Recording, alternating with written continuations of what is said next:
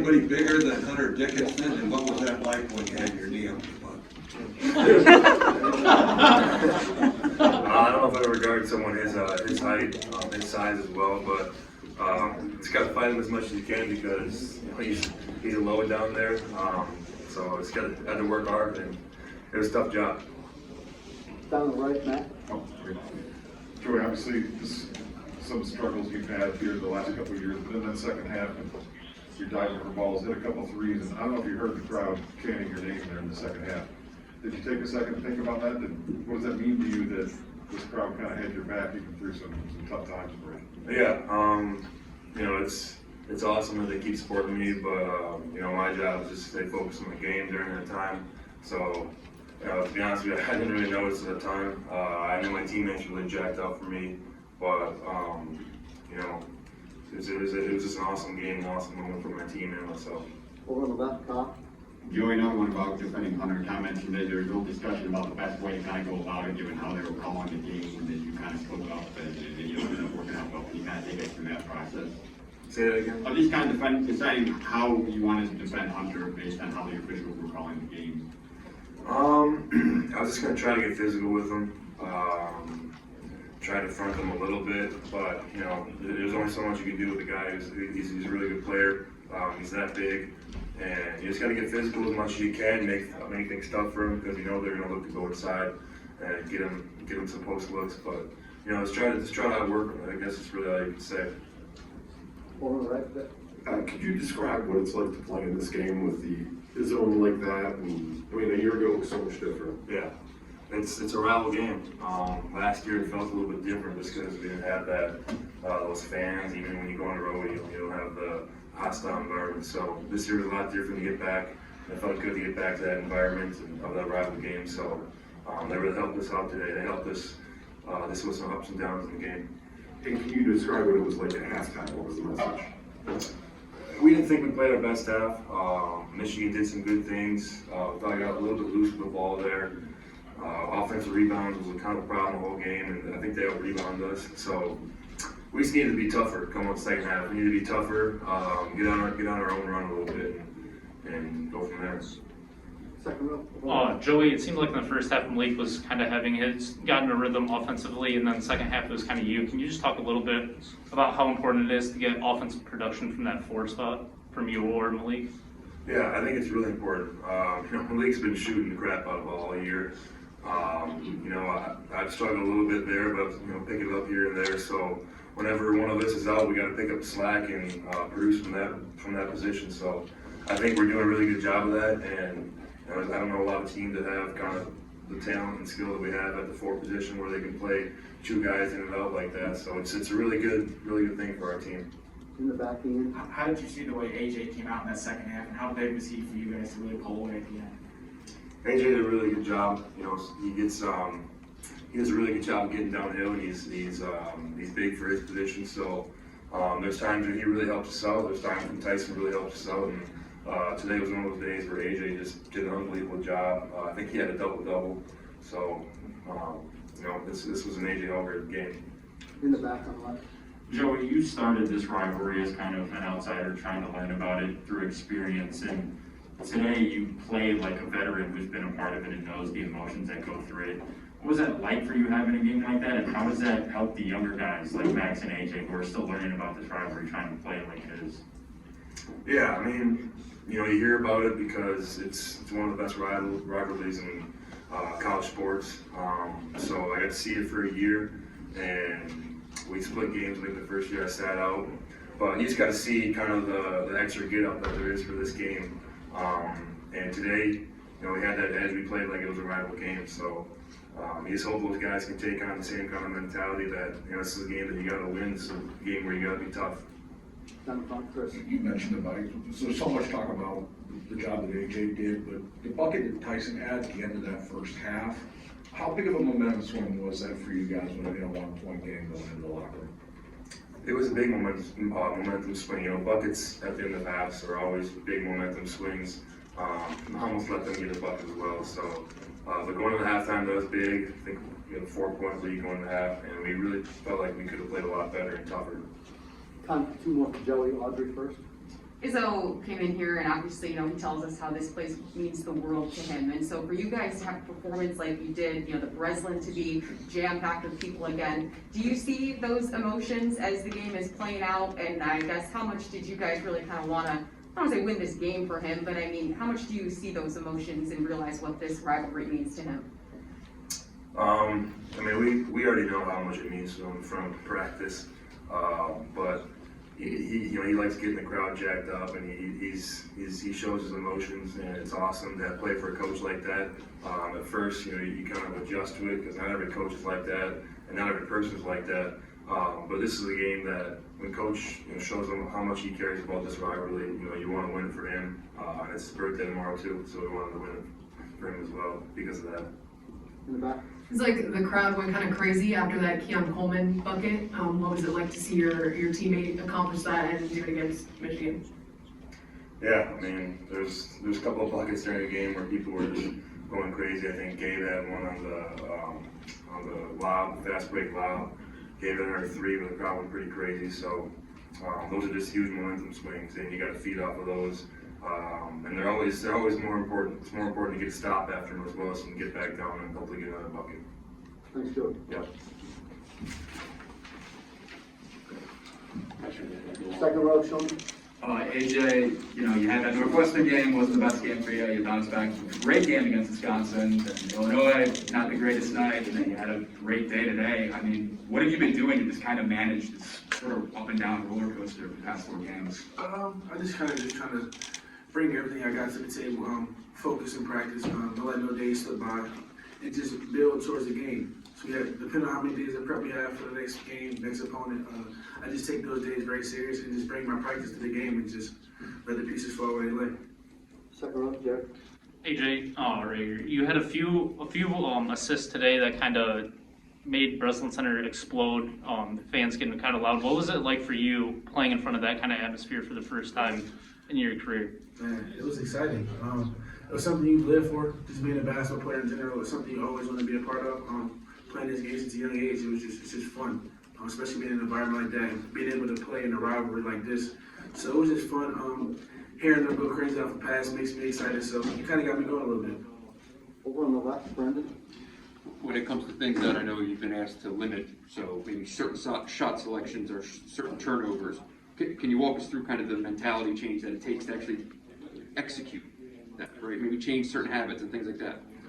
Coach always says us, we know you got limited turnovers, but he always says us not to play scared, so just to play smart. So playing smart and playing with passion and energy is always going to be in a good flow. So I think that kind of eliminates some of the things that we had to fix in the past. Just playing hard takes care of itself. So playing smart, not playing too nervous, but being mindful of the things that we got to correct and get better at to this day. So that's been just a big help for me. Down here on the right, Matt. AJ, what's the more important number on the stat sheet for you, the 10 in the assists or the turnover column, which was nowhere near what it has been some games? The 10 assists and the turnover column. So both of them. Yeah, they go hand in hand. I wonder if you could walk through the one drive that you had and the pump fake in particular. Did you see both? I think it was both Diabate and Dickinson. Is that something you guys worked on in practice? Yeah, coach was telling me a lot to play off too. Kind of keeps me away from getting charges. So playing off two, I couldn't really beat Hunter to the rim off the first initial. Just played off two. They happened to both go for it, and that freed me up for a layup. But my guys setting screens and being able to get me downhill also played a big part in that. So everyone that played a part in that play made it work. As you see the guys fly by, as a point guard, what goes through your head? A lot goes in your head. You gotta get you an easy one. But also just in the flow of the game, it was just fun. So that just was kind of a fun moment for me. I listened to Coach, and it worked. So me and him are having fun right now. Over on the left, Jack. AJ, 10 assists for you, 11 for Michigan's entire team. When you go out there, are you trying to get certain guys shots, or is it just what happens in the flow of the game? I know, like coming in, me and Malik, we come in usually together. I always try to get him going when I get in, but I also try to get guys going. I'm just watching the game on the bench for the first minutes until I get in. So I always try to get guys going because I know for myself, I get them going, it's gonna make it easier for me to get going if the game happens that way. So me just coming in, my mentality is to get guys going and get the ball moving and just flowing around and just having fun with it. In the back, Ian, wait for the mic to come.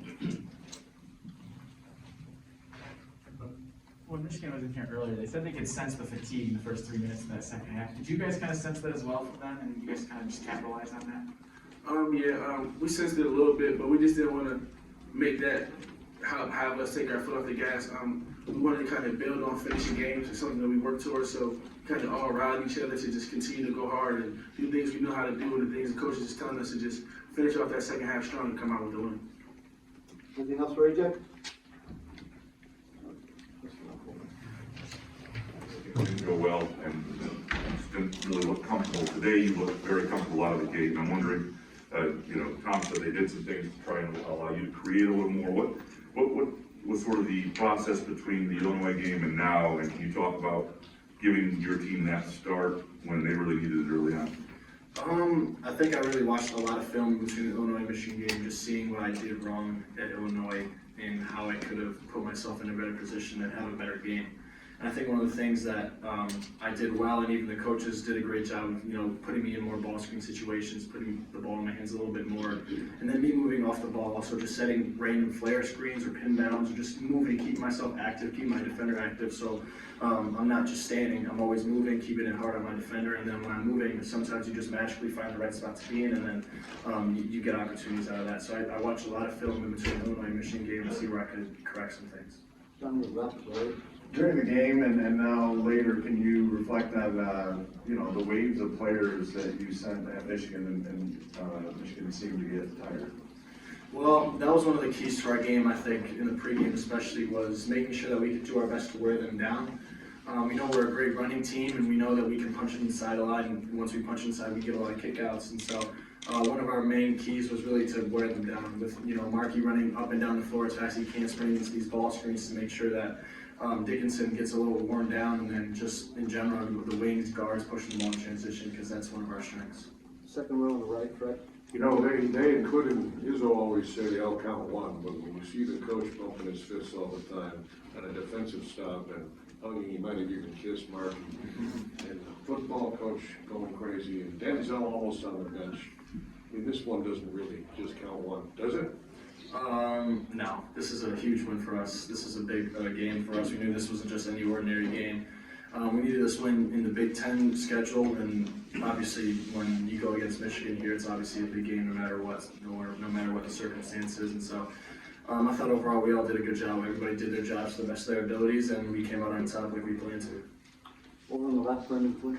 Max, so if today is an indication of how your usage might change, I imagine you're comfortable scoring out of ball screens. How do you feel about making reads out of ball screens and doing things like that if you're going to continue to advance? I think I'm very prepared for it. I think I've been in ball screens a lot even before my time here. So I think I know how to make certain reads in certain situations, and I'm not going to be perfect all the time. I can obviously get in and watch some film on just certain ball screen reads, or watch pro basketball players and how they make reads. But I think I'm very comfortable in ball screen situations, and as time goes on, as I get put into more and more of them, I'll become much more comfortable and much more relaxed in that situation. Have you been asking for that? Maybe a little bit, yeah. I've been asking for a little bit of more on the ball, just sort of get me in ball screens, because teams when we get into these pin downs, it can get tough sometimes to sort of get open off the ball, especially. But when you have the ball in your hands, I think it's a little bit easier to sort of create your own shot. Even if I have the ball, it's not always a shot for me. It's getting a shot for Gabe or Malik or Joey or Tyson or Markey or anybody. So even though I have the ball in my hands and I'm coming off the ball screen, it's not always a shot for me. I can get other people's open too. Down your left side. Max, you were plus 23 and plus minus, and two guys you guarded were both minus double digits, but you were on the floor late diving for balls, and it got a little contentious there. You guys weren't talking about AAU stuff, right? No, we weren't. But I think at the end of the game, that just goes to show the rivalry that we have. He got a little chippy at the end, but at the end of the day, all that matters is that we won. Anything else for Max? One more down in front, Steven. Max, I'm wondering what you thought of AJ's game today, especially coming off the Illinois game as well for him, and just what he gave you guys. AJ gave us a complete spark, a double-double for him. This is fantastic, 10 assists, and the turnovers that he had none, I don't think. So I mean, he did a great job today of doing his job as a point guard, especially as getting people shots, getting to the basket when we needed, scoring some tough baskets and getting other people shots like we needed him to. And so he did a great job bouncing back from that Illinois game. I'm sure he prepared really well with coaches, watched his own film and that sort of thing. So he did a great job. If I could too, before you go, we talked to you a couple weeks ago about guys getting you ready for this game, and obviously it didn't happen. Now that you played in your first one, just was it a lot of like what people told you? What was your experience like? It certainly was the rivalry that everybody thinks about. Me going in, I can't even lie, I was a little nervous going in at first because I know this is a big game. It means a lot to me, this whole rivalry. So going into it and then now playing a full game, it certainly lived up to the way I thought it was going to be. Thanks, Max. Thank you, guys. Thank you. Going Keon on that board. We will start with questions from Marcus. We'll start with Chris down in the front. Let's start with Keon. What was that like? That was crazy, man. I was excited for him. As soon as he got it, I knew he was going to the basket. I've seen the open. I really thought he was going to dunk it, but to him to finish it off, and be excited about it was always good. More about your game. There was a point where Coach pulled you in there. I think it was towards the end of that first half, maybe. And you had kind of played a bunch of minutes. What did he say or do in that moment? He just told me that he needed more. He challenged me at halftime. And I kind of took it upon like the team I wanted to win. Tonight wasn't about scoring the ball for me, but rebounding and blocking shots was my job, and I feel like in certain spurts, I didn't do a good job enough, but I feel like I did fulfill my job. So he didn't kiss you on the cheek? Oh, you talking about when I dove on the ground? Yeah, he did. He kissed me on the cheek. Yeah, he did. It wasn't a kiss. He tried to kind of put my face to his face. It was a wonderful moment though. It seems like coach is always challenging you, always wanting more. I mean, obviously he wants that out of players, but it seems like it comes out with you a lot. How do you deal with that, and how do you use that as fuel to keep going and not, on the other hand, let it get you down? From a coach like him, when he's harping on like you can do more and stuff, that mean that he knows that I have more to give for this team, and with the energy and effort that we showed in the second half, all paid off, and he does a good job of getting us riled up and making us take on challenges and challenging us at halftime and stuff like that. So he's a really good coach, and he's been in his job for a long time for a reason. So it'd be doing me bad if I didn't listen to him. Second row, Fred. Same question I asked Max with the coach kissing you, whatever he did, and pumping his fists all the time, and former players around. How do you try to explain that this game is not just any other game? Since like I said the other day, since I've been here as a freshman, Cassius and Nick and Quay, Kenny even, they all preached the rivalry, and since I've been here, I just try to take that initiative and give it to the younger dudes that hasn't played against Michigan like Max and Jaden, before the game. I told them that this game is not just for them. We had fans outside at 6:30 in the morning. It's cold in the mug outside. I wouldn't be standing outside. But just putting that in their head, letting them know that this game not just for us, not even just for the fans. Even the alumni that's been through here. All Michigan State fans. So getting this win, it felt really good. Second row, Jerry. Marcus, about 6 minutes left, you and Julius both picked up 4 fouls. Joey had to go in there and defend Hunter, got a couple of stops. I mean, how big were that? How excited were you? I was happy for Joey, man. I honestly feel like the last call, he kind of bailed me out. I think it was a good screen. I didn't even get a chance to set the screen, really. I just, he ended up calling the call, and at the end of the day, you just gotta deal with it. But Joey did. He stepped up. Big. Guarding Hunter. I think he stopped him a couple times. But for somebody like Joey, it's always good when you see Joey bringing energy and bringing an effort on the defensive side and taking initiative on guarding a bigger dude. But Joey played a hell of a game tonight. And I'm really happy for him. Second row, Jerry. Marcus, I just was curious, when was the last time you had heard Breslin Center like that, and how was the energy in the building? How was that uplifting for the team today? Man, it was crazy. I feel like anytime we made a big play, the crowd was there for us, and I think it kind of messed with them a little bit. But The end zone was crazy tonight. You know, even the fans all the way at the top. You know, you can see them up there going crazy. I glanced up there a couple times and seen them going crazy. But you know, the fans were crazy tonight, and we appreciate it. Down front, Steve. Marcus, what stands out to you the most about AJ's game with his double-double and just what he gave you guys? Oh man, I seen it from the jump when he got the first layup. I knew he was on. But you know, just some of the passes that he made. You know, him listening to the coach. You know, they had a really long meeting after the Illinois game. You know, I think they met for like 3-4 hours after our meeting. So, you know, him listening and growing and then coming out and performing, you know, is always good for our team. And I think for him, he took a big step forward. And then the upcoming game. So, you know, we're on a roll right now. We want to keep going. Within the game, what were some things you were noticing from him that he maybe hasn't been doing or was just doing better? Coming to a 2-foot stop, of course. Spraying the ball. You know, I feel like a couple of situations he could have scored. He dropped in the first half. He dropped one off the Max. Got a dunk. Threw one from half court to Joey, wide open. It's always exciting to see your teammates, you know, glow up from, you know, any challenge that they've been presented. But you know, I'm really happy for AJ. He played a hell of a game too. Down front, Chris.